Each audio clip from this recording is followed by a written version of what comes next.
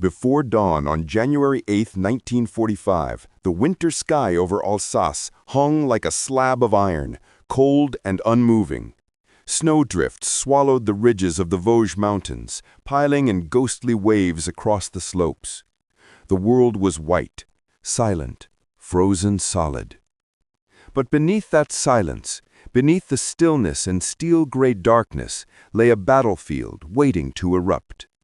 The men of the U.S. 3rd Infantry Division huddled in the frozen valley, breath steaming, weapons stiff with frost, every nerve alert for the coming assault.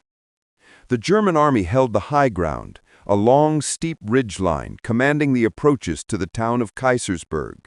On that ridge, cut into the snow-packed earth and reinforced with timber, rock, and steel, stood a series of German machine gun bunkers. 3 major strongpoints anchoring a wider defensive network. Each bunker had interlocking fields of fire, overlapping arcs sweeping every inch of the slope below. Anyone who tried to climb that hill would be exposed, struggling through waist-deep snow while German guns rained death upon them. This hill, Hill 616, was a linchpin in Germany's plan to hold Alsace during Operation Nordwind, Hitler's final offensive in the West. If the Americans broke through here, the German line would begin to collapse along the entire sector. For the men in the valley, the objective was brutally simple: take the hill or die trying. Among them was a 23-year-old staff sergeant from Illinois, Russell E. Dunham. Tall, wiry, and hardened by years of fighting, he had the eyes of someone who had seen too much war to be impressed by the threat of another morning's bloodshed. Sicily, Anzio, southern France, Dunham had fought through them all. He had watched friends torn apart by artillery, survived machine gun ambushes, pushed through sniper fire and night assaults. He had earned respect the hard way by never flinching, never freezing, and never asking his men to do something he wouldn't do himself.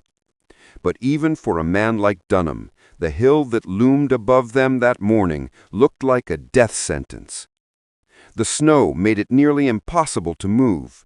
The slope was steep, nearly 40 degrees at points, and the Germans, well dug in, were prepared for anything. Machine guns waited like wolves. Mortars sat loaded. Riflemen watched through ice-crusted firing slits for the slightest sign of movement. The 3rd Infantry Division had faced countless positions like this one across Europe, but few were as naturally protected or as skillfully fortified as Hill 616. The men of Company I crouched in the snow, shivering as artillery exploded somewhere along the distant line. Their breath curled in the air like smoke. Some prayed. Others cursed the cold. Others stared upward with dread. They knew the assault would come soon. Dunham stood quietly among them, adjusting the straps of the canvas assault vest he had sewn himself, a crude improvised bandolier across his chest containing more than a dozen grenades. He had spent the previous night preparing them, checking fuses, repacking charges, ensuring they were ready for close-quarter combat. These hills demanded grenades more than bullets. Grenades cleared trenches, collapsed bunkers, and broke the backbone of machine gun nests. If the Americans were going to take this hill, they would need someone who could get in close enough to throw. Dunham intended to be that man. Just before dawn, the first German shells whistled overhead. In the darkness, the sky erupted in bursts of orange and white. Snow blasted into the air, raining down on the Americans like shrapnel. The ground trembled under the barrage. Men flattened themselves against the frozen earth, helmets rattling. Then, like an answer to the artillery, German machine guns opened fire from the ridge. Long, rattling bursts echoed across the valley. Tracer rounds screamed down the slope in thin, terrifying lines. Snow kicked up in violent sprays. The ridge was alive with fire. "Down! Down!" someone shouted, though everyone was already flat against the ground. The attack hadn't even begun, and already men were dead. Dunham watched the ridge carefully, mapping the arcs of fire. He could see the muzzle flashes of the first machine gun nest, the one ankling the German line on the left flank. Its bursts came in controlled, precise rhythms. A veteran crew. They would be no easy to dislodge. But they were the key. If that bunker fell, a gap would open. If a gap opened, the Americans could climb. If they could climb, they could take the ridge. Dunham's platoon leader shouted over the fire, "We need someone to take out those guns." The hill went quiet for half a second. Then Dunham spoke, calm and steady. "I'll go." He didn't say it for drama. He didn't puff his chest. He simply reported for duty. He slung his bar tight against his shoulder, checked the grenade strapped across his chest, and began crawling up the hillside. His men stared at him with a mix of disbelief and admiration. They all knew what this meant. They knew he was volunteering for a task with survival odds close to zero. They also knew he wouldn't hesitate. "One man can't take that hill," a private shouted after him. Dunham didn't turn. "Watch me." The snow was a living enemy. Each movement required strength. Crawling felt like dragging one's body through cement. The cold burned his lungs. Frostbite gnawed at his face, his fingers, his legs. The Germans saw movement and poured fire over the slope. Bullets zipped past his head, tearing into the snow. Dunham reached a shallow dip in the ground, barely deep enough to cover his body. He pressed himself into the snow, frozen sweat chilling his spine. Through the muffled roar of machine guns, he heard the sharp whistle of a mortar tube firing. He rolled just before the shell exploded, showering him with snow and fragments. His ears rang, but he kept crawling. He reached the base of the first machine gun bunker and pulled a grenade from his chest rig. He yanked the pin, whispered a quick breath to steady his heartbeat, and hurled it toward the firing slit. The grenade landed perfectly. Boom! The explosion cracked through the air. Smoke burst from the bunker. Dunham surged forward, charging through the snow and diving through the smoke-filled entrance. The German crew inside was dazed. One reached for his rifle, too slow. Dunham fired the BAR, the powerful bursts echoing inside the small space. 2 Germans fell. A third scrambled for the rear exit. Dunham fired again. Silence returned. Machine gun nest 1, destroyed. Dunham didn't pause. He didn't celebrate. He didn't even catch his breath. He moved immediately toward the second bunker. German fire intensified. They knew someone was climbing the hill. Mortars dropped closer, shaking the earth. Rifle shots cracked from hidden pits. Tracers sliced through the swirling snow. Halfway to the second bunker, a German gunner poured a burst into the snow directly in front of him. Dunham tried to roll but wasn't fast enough. A bullet hit his lower back, punching through his jacket and tearing into flesh. The impact knocked the wind out of him. He collapsed, snow rushing into his mouth. For a moment, everything blurred. Cold, pain, ringing noise. Most men would have stopped. Many would have crawled back down the hill, dragging a blood trail behind them. Dunham stayed down for no more than 3 seconds. He forced himself to move, dragging his body forward while snow soaked through his uniform. He bit down on his lip to stay conscious. The blood from his wound seeped into his clothes, warm against the cold fabric, before freezing moments later. German voices shouted from above. A rifle pit opened fire. Bullets whipped past him, snapping twigs and sending snow into the air. Dunham raised his BAR with one numb arm and fired a controlled burst. The rifle pit went silent. He crawled further. He reached another slight depression, pulled a grenade, and lobbed it perfectly into the second bunker's firing slit. The explosion shook the entire position. Dunham charged, slipping and stumbling as pain surged down his spine. He stumbled into the bunker doorway and fired. Machine gunners collapsed. A German soldier attempted to lift his hands in surrender, shouting, "Kamerad!" Dunham gestured him out of the bunker and moved on. The battlefield didn't allow pauses.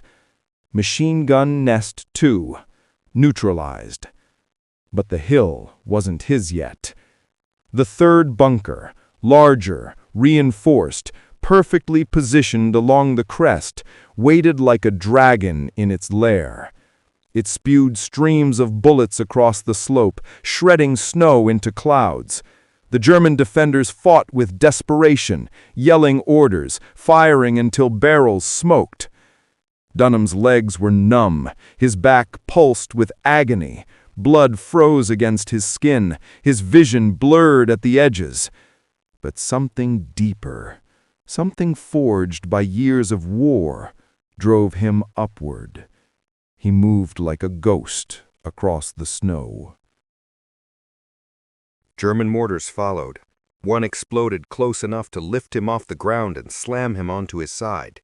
Shrapnel tore into his hip and legs. Snow filled his mouth. The world spun. He stayed down for 5 seconds. Then he pushed himself up again. The Germans saw movement and focused all fire on him. Rifle rounds cracked past his face. Machine gun bursts cut the air inches above his back. Artillery thumped behind him. Dunham crawled, rolled, dragged himself forward, inch by inch. He reached a final slope below the bunker, so steep he had to claw at the snow with his hands. He felt dizzy, his injured back screamed, his fingers burned, but he forced himself upward, knowing that if he stopped, the entire company would remain pinned forever in the valley below.